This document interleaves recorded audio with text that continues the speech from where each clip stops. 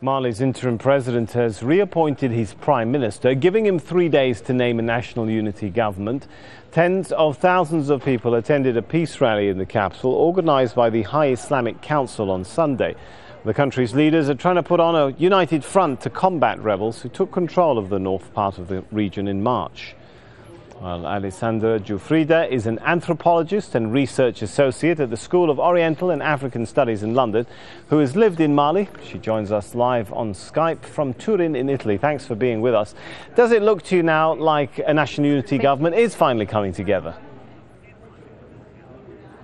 Well, it is difficult to say. Mali is doing whatever it's possible to find a peaceful solution to the crisis. It has declared officially that they would rather not have any foreign intervention to solve their own crisis, and they're aiming at reconquering the north as a way to prepare for the political elections. The condition to have the political elections is, of course, to regain control of the north, which they lost during the power vacuum in March and April when the secular rebels, the MNLA, took over the northern regions.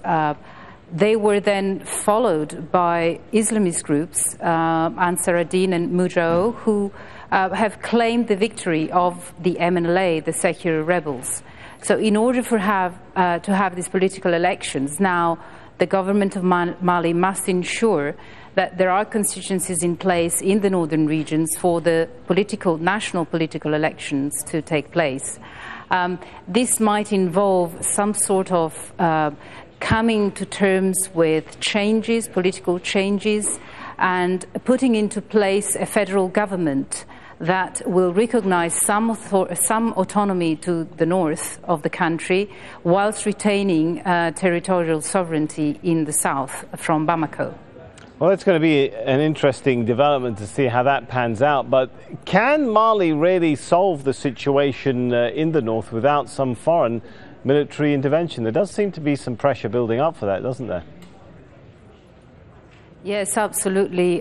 We know that last week ECOWAS appointed mediator Djibril Bassele went to Gao and Kidal to meet the representatives of Mujao and Ansar Din.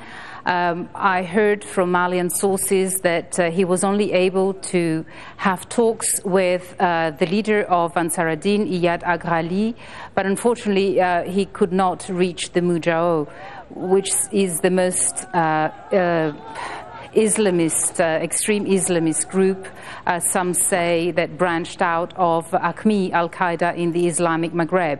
And we also know that there have been unofficial talks about the possibility of ECOWAS intervening with 3,300 troops in the northern regions, and that would be disastrous in the sense that these troops are not trained for desert fighting. The other military alternative is NATO-backed airstrikes, which we know, again, unofficially was somehow backed up by France during the stay of the interim president Dioukunda Traoré in Paris. So it is difficult at this point to know what will be the outcome of all these peaceful negotiations. To some extent, I think it is not unreasonable to foresee that some military intervention, even though just brief, might be necessary unless the most extreme groups like the Mujao decide to enter peaceful negotiations with ECOWAS mediator Djibril Bassele and therefore with the Malian government. But what is extraordinary, time will tell, I guess. I think, Thanks so much, Alessandra Joo-free-dah.